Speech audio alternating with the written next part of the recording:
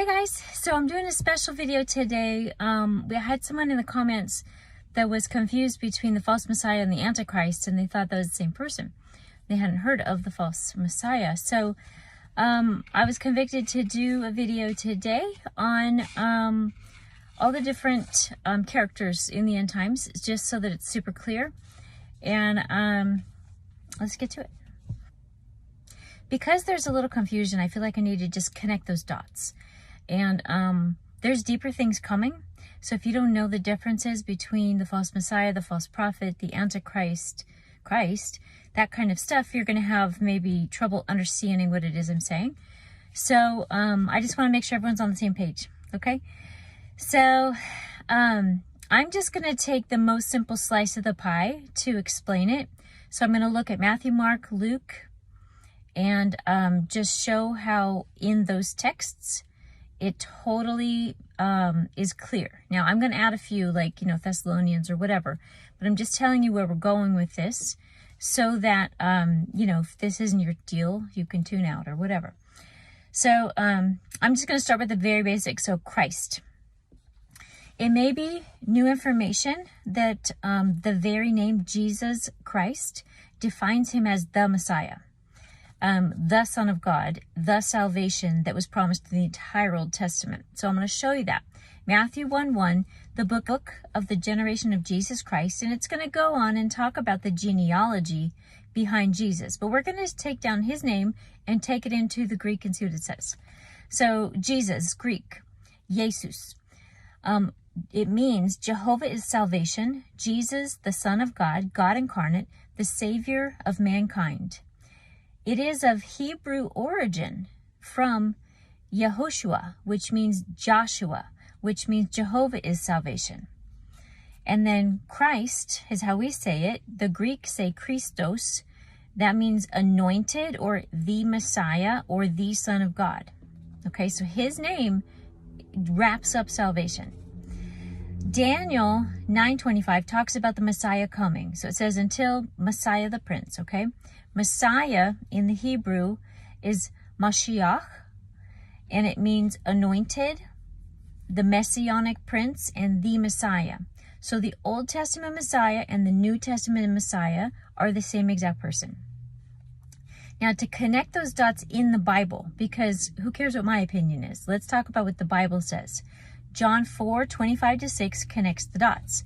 The woman said to him, I know that Messiah is coming, who is called Christ. When he comes, he will tell us all things. Jesus said to her, I who speak to you am he. And then Acts 17:3 says, explaining and demonstrating that the Christ had suffered and risen again from the dead, saying, this is Jesus, whom I preach to you is the Christ. So in that, you notice that every time it was Christ, one of Christ's names or the Messiah name, I put like a lavender kind of purpley color, okay? You're going to notice that with each character that comes in that I study with you, I'm going to have different colors, because later when we go to some scripture, it's all going to be color-coded, okay? And you can print this out later. If you go to the link in the underneath this video, you can print it out and get it off the website if you want a copy of it. Okay, so the Antichrist. In the most simple terms, there is a difference between an Antichrist and the Antichrist. Okay, so 1 John 2:18, dear children, this last hour, as you have heard that the Antichrist is coming, even now many Antichrists have come, this is how we know it is the last hour. So the Antichrist in Greek is Antichristos, the adversary of the Messiah. Okay, many Antichrist is Paulus Antichristos. Okay, so that is basically a great number of adversaries of the Messiah. That's lots of different ones, but there's one that is much more adversarial, and he comes at the very end of time before Jesus takes his 1,000-year reign. Okay, so 1 John 2:22 and 23, who is the liar? It is whoever denies that Jesus is the Christ. Such a person is the Antichrist, denying the Father and the Son. 1 John 4:3, but every spirit that does not acknowledge Jesus is not from God. This is the spirit of the Antichrist, which you have heard is coming, and even now is already in the world. Daniel 9:27, then he shall confirm a covenant with many for 1 week. But in the middle of the week he shall bring an end to sacrifice and offering. And on the wing of abominations shall be one who makes desolate, even until the consummation which is determined, it is poured out on the desolate. So what is abominations? Abominations in the Hebrew is shikuts, which is a detestable idol or thing, an abomination to the Lord, an idol of a false god used by pagans, Babylonians, etc., often relating to the highest pagan god Baal, which is also called Zeus, Lord of Heaven, Marduk, Jupiter, Sagittarius, the archer, and in Revelation, that's also the beast, the Antichrist. And then to make desolate, what does this mean? In Hebrew, it is shamem, which is to astound, to ravage in horror and appalling nature, to lay desolate, barren, to depopulate, to be miserable, to devastate, to cause, to ruin, to destroy masterfully, so that everything is silent and quiet, because it is a wasteland. Then Daniel 11:31 says, and forces shall be mustered by him, and they shall defile the sanctuary fortress. Then they shall take away the daily sacrifices and place them there, the abomination of desolation. Then Matthew refers to this. Jesus himself is talking, okay? Therefore, when you see the abomination of desolation spoken of by Daniel the prophet standing in the holy place, there's information there, right? Well, that abomination of desolation is going to be an idol that worships the beast. The beast is the Antichrist. Daniel 11:37, he shall regard neither the God of his fathers, nor the desire of women, or any god, for he shall exalt himself above all. The God, Elohim, is the true God. Okay, so he's going to say, oh, I am the true God. That's basically what he's going to say. 2 Thessalonians 2:3-4, let no one deceive you by any means, for that day will not come unless the falling away comes first.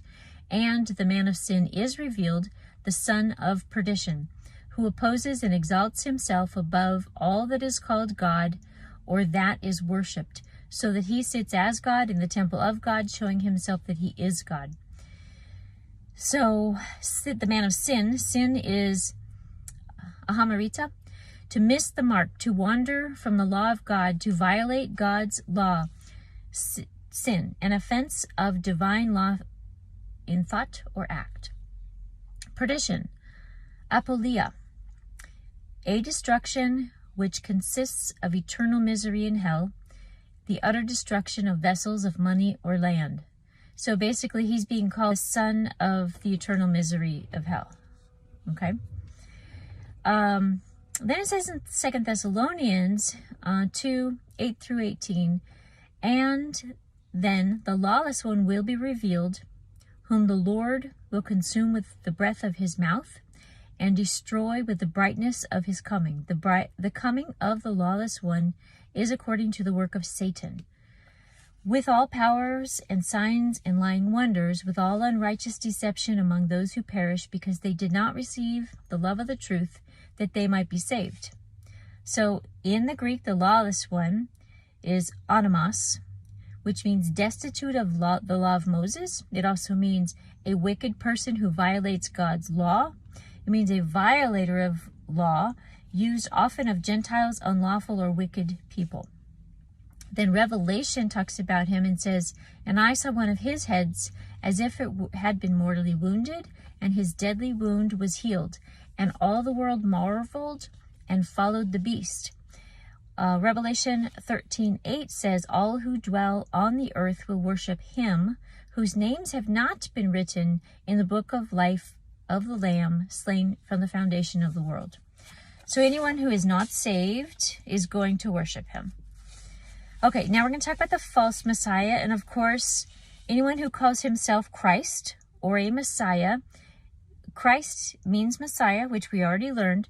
So there's a difference between a false Messiah and the false Messiah, which all these recent videos that I have gotten, that the Lord has given me certain things to know, those have been about the false Messiah. And I have to say, I've not really seen prior to that there was like this big push about the false Messiah, but it doesn't take a big logical jump to go if there's lots of false prophets and there's the false prophet, and there's lots of Antichrist and there's the Antichrist, to also have that same logic and say, well, there's lots of false messiahs or false Christs, so therefore there's got to be at least the Messiah or the Christ, right? It just makes sense. But here's what I found in here, and you'll see that everyone is looking for the Christ, the Messiah. And so that is what you'll see reflected in the darker blue, and then the lighter blue, the bluey green is the lighter blue is the false Christs or false messiahs. And then if another one comes in, then their colors are too. So Matthew 24, 23, and 24. Then if anyone says to you, look, here is the Christ, or there, do not believe it. For false Christs and false prophets will rise and show great signs and wonders to deceive, if possible, even the elect.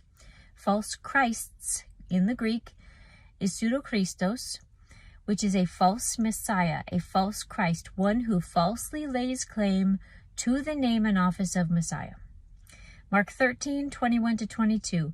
Then if anyone says to you, look, here is the Christ, or look, he is there, do not believe it, for false Christs and false prophets will rise and show signs and wonders to deceive, if possible, even the elect. Almost identical words, but not quite. Luke 21:8 says, and he said, who's he? Christ. And he said, take heed that you are not to be deceived, for many will come in my name, and saying, I am he, and the time has drawn near. Therefore do not go after them. Matthew 24:5, for many will come in my name, saying, I am the Christ, and will deceive many. So my name in the Greek is mau anima, and a my for my name means belonging to the person speaking, right? So that means the name they're talking about is Christ. But this is what's interesting about name in the Greek. The name used for everything which covers that name, all that is rounded up by the mind when there is a thought, a feeling, a sound, remembering, everything that is included, rank, authority, interest, deeds, everything that is related to that name is what is included when the word that is particularly used here for my name. False prophets. Obviously, there's false prophets and there's the false prophet, right? A false prophet is typically strongly associated with sorcery, but it applies to all who are not genuinely of God, that pretend to deliver God's message. Look at these to define between a false prophet and the false prophet, okay? So Matthew 7:15, beware of false prophets, which come to you in sheep's clothing, but inwardly they are ravenous wolves. 1 John 4:1, dear friends, do not believe every spirit, but test the spirits to whether they are from God, because many false prophets have gone out into the world. So we're going to define in the Greek false prophets. Pseudo-pretes, one who is acting the part of a divinely inspired prophet of God, but utters falsehoods under the name of God. A false prophet, a religious impostor that pretends to foretell the truth. Acts 13:6 and 8. And when they had gone through the Isle of Paphos, they found a certain sorcerer and false prophet and a Jew whose name was Bar Jesus. And then the next verse on 8, if you skip 7, it goes, but Elymas, the sorcerer, for so his name is by interpretation, withstood them, seeking to turn the deputy away from the faith. His purpose of being a false prophet was to draw people away. That's the entire reason a false prophet exists, okay? So if you look at that, and he has two names. He has Bar Jesus and he has Elymas. So if you want to know why he has both those names, just read the whole thing, but I'm just going to get into what they mean. Sorcerer. We know he's a sorcerer. This is from magos, but it's actually pronounced magus, like maga. The name given by the Babylonians, Persians, pagans, etc.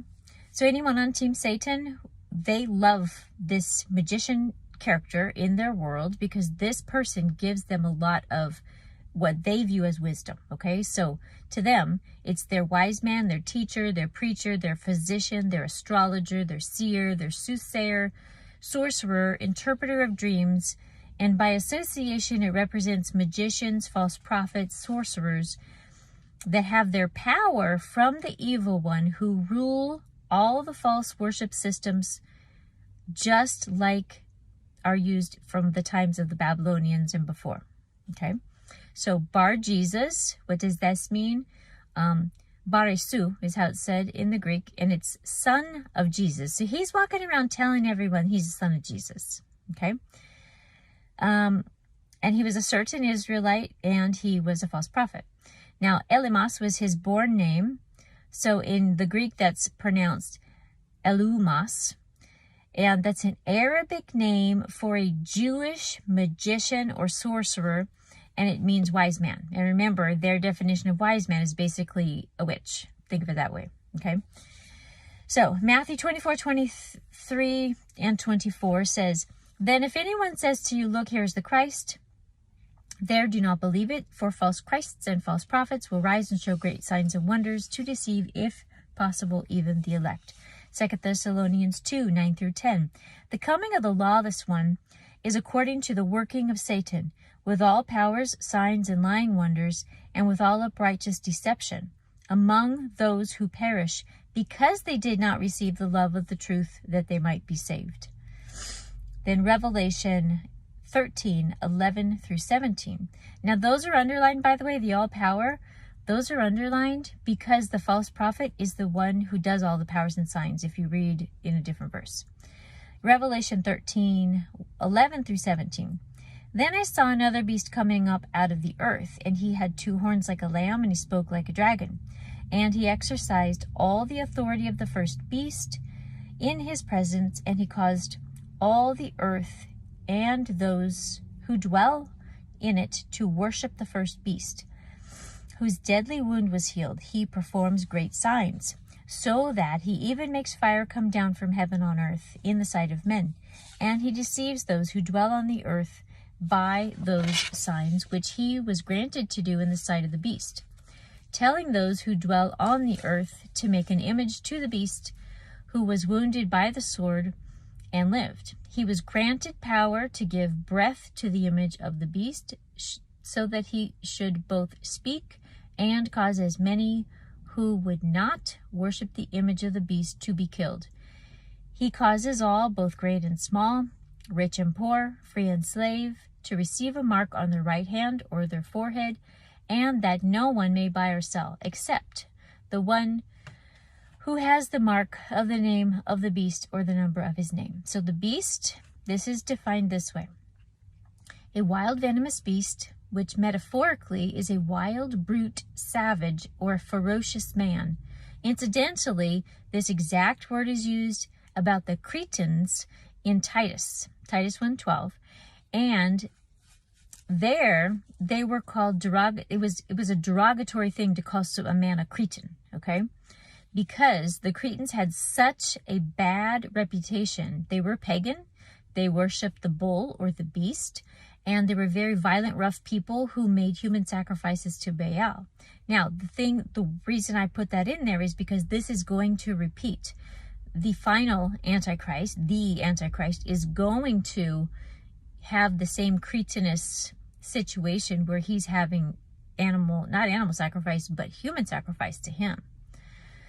Okay, then the signs, he's doing, then the dragon, Dracon, a dragon, a great serpent. It's a name for Satan and the devil. And then signs, which is Semyon, a remarkable event, a wonder, a miracle, usually used or especially ceremonially or supernaturally used to authenticate to men that a person is sent by God. Now, of course, this is the false prophet, so his authentication is going to be completely from Satan's power. Okay. Revelation 19:20. The beast was captured, and with him the false prophet who worked the signs in his presence, by which he deceived those who received the mark of the beast and those who worshipped in his image. These two were cast alive into the lake of fire, burning with brimstone. Okay, so that's pretty clear, right? Now, if you want to stick around a second, I'm going to give you a freebie lesson about where each of those characters come in, and they're shown in Matthew, Mark, Luke, and John, okay? So I'm going to look down this Matthew 24, 3 through 31. And in each of their colors, and off to the right, you'll see that there's going to be the name, if they're false messiahs, if they're Jesus Christ, if they're false messiah, if they're false prophets, if they're the false prophet, if it's the Antichrist. They're going to have different colors, okay? And I just think it's super interesting that it's pretty easy to see where they sit in these situations, and they're all kind of in there. So as Jesus was sitting on the Mount of Olives, the disciples came to him privately. "Tell us," they said, "when will this happen, and what will be the sign of your coming, and when will be the end of the age?" And Jesus answered, "Watch out that no one deceive you, for many will come in my name. You'll hear of wars and rumors of wars. But see to it that you are not alarmed. Such things must happen, but the end is still to come. Nation will rise up against nation, kingdom against kingdom, and there will be famines and earthquakes in various places. All these are the beginning of the birth pains. Then you will be handed over to be persecuted and put to death, and you will be hated by all nations because of me. And at that time, many will turn away from the faith, and they will betray and hate each other. And many false prophets will appear and deceive many people. Because of the increase in wickedness, the love of most will grow cold. But the one who stands firm to the end will be saved. And this gospel of the kingdom will be preached in the whole world as a testimony to all nations, and then the end will come. So when you see standing in the holy place the abomination that causes desolation, spoken of through the prophet Daniel, let the reader understand. Then let those who are in Judea flee to the mountains. Let no one on the housetops go down and take anything out of the house. Let no one in the field go back to get their cloak. How dreadful it would be in those days for pregnant women and nursing mothers. Pray that your flight will not take place in winter or Sabbath, for then there will be great distress, unequaled from the beginning of the world until now, and it will never be equaled again, if those days had not been cut short, and no one would survive.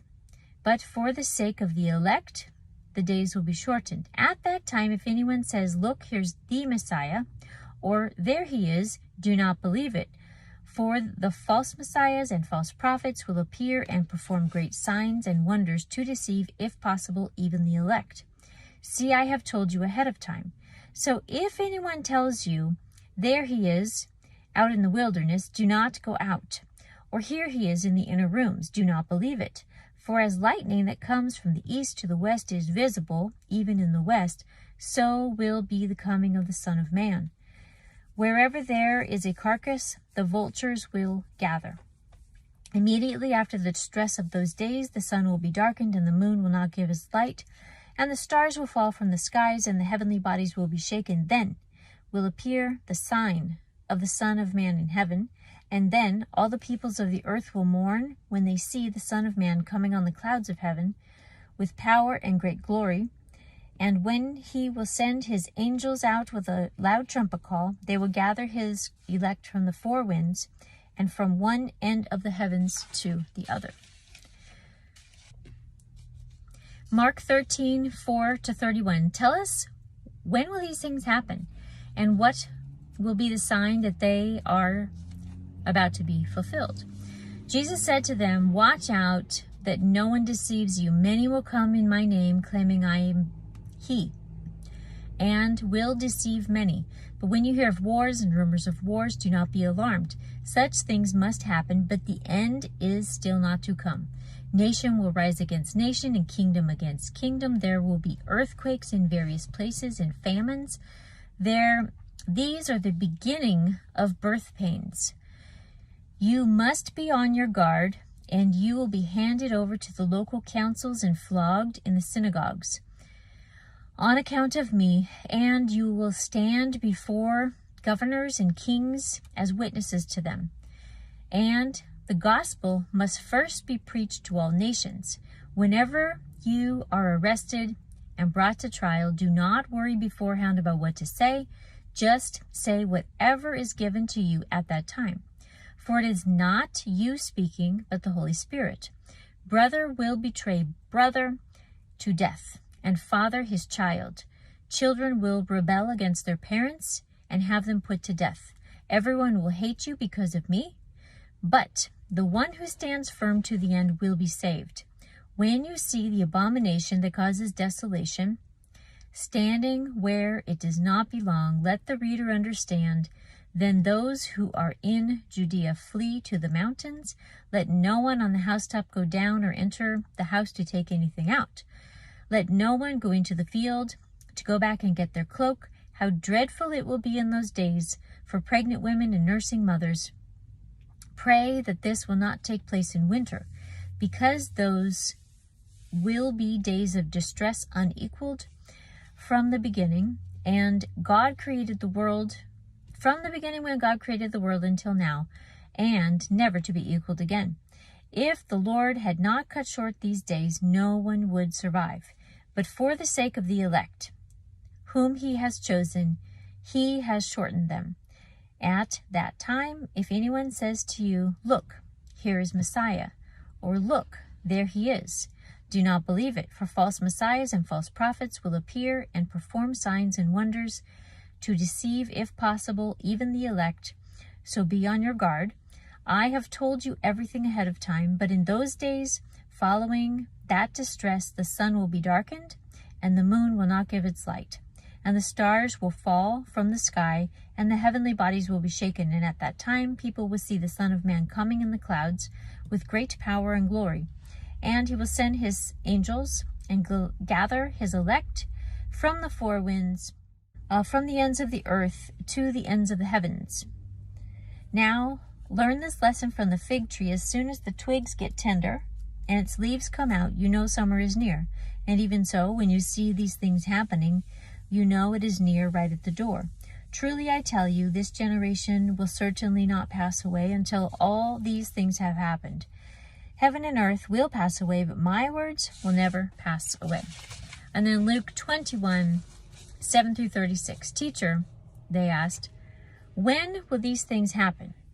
And what will be the sign that they are about to take place? And he replied, watch out that you are not deceived, for many will come in my name, claiming I am he.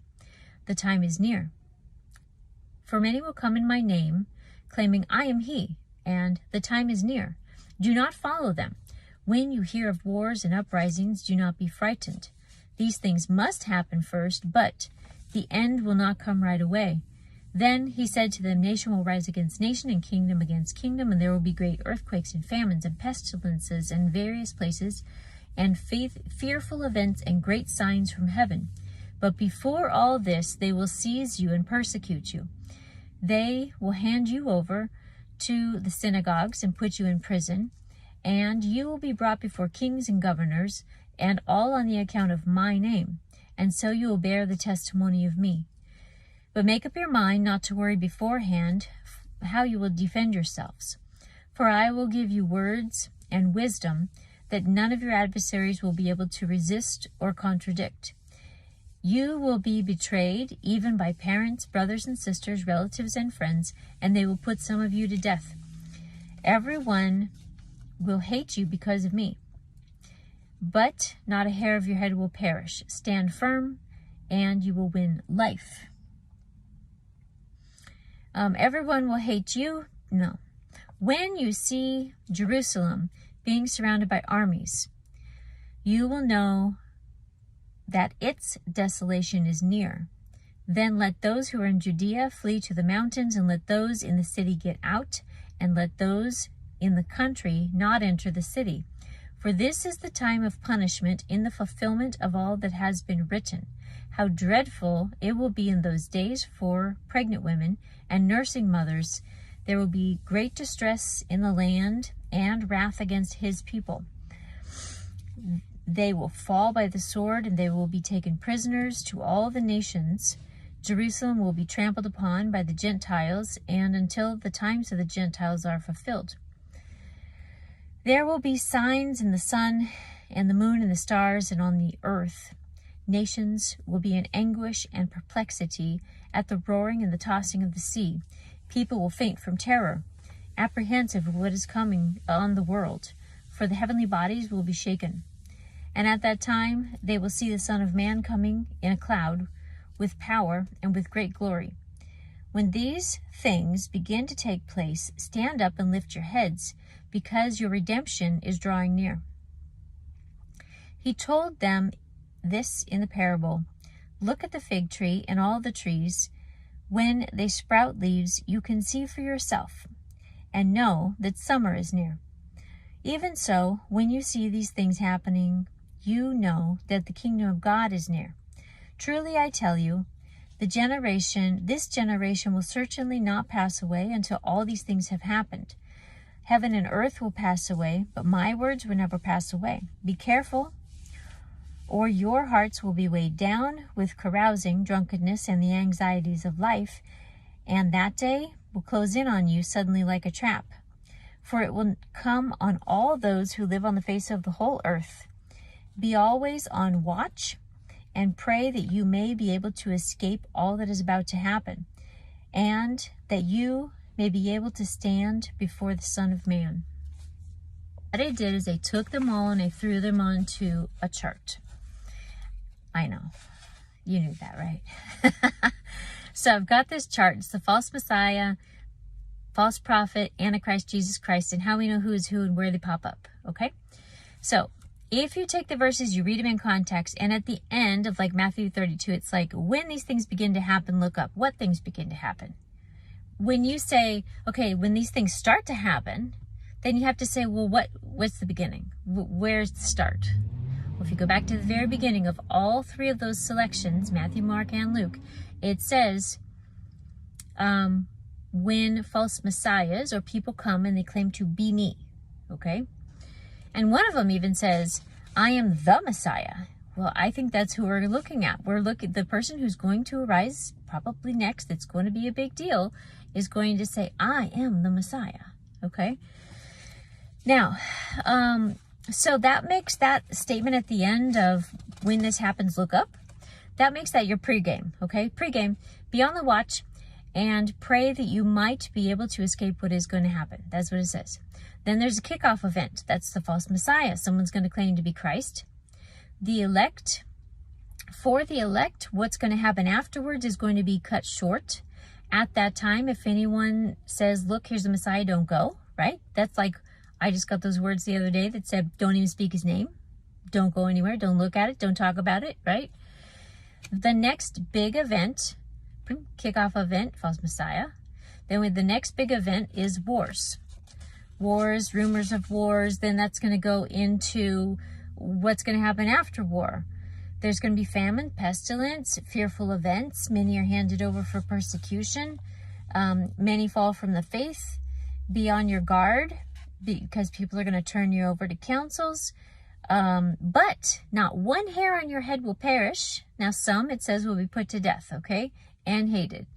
But there's two different concepts going on there. I think the majority of the people are going to be safe. There's going to be some that are taken, their lives are taken, but it seems to me that happens after the rapture. You stand firm, preach the gospel to all nations, okay? Then the next big event is the false prophet and the Antichrist phase. So it says the false prophets do great signs. They increase in wickedness. Many people are hateful. They stand firm to the end. The gospel is preached. Jerusalem is surrounded by armies. People flee Judea because Jacob's trouble is about to start, and that will last 3.5 years. Now, we do know that when the Antichrist takes over, that's a 3.5 year period. So the abomination of desolation will happen, the mark of the beast, and anyone that dies after the 1,335th day, they will be blessed. Great signs from heaven, people faint from terror because of those signs. Nations are in anguish and perplexity because of the roaring of the sea. Then what happens? Boom. Next event, second coming of Christ. This is not the rapture. This is the second coming of Christ, where he comes to kick some honey buns. Okay. Then immediately after the distress of those days, the sun and the moon grow dark, and the stars are shaken and fall from the sky. At that time, Jesus' second coming with power and glory happens, as lightning comes from the east and is visible even to the west. So will be the coming of Christ. Angels will have a loud trumpet. The angels will gather the elect from the four winds, from the ends of the earth, and from one end of heaven to the other. We're talking 3 different locations.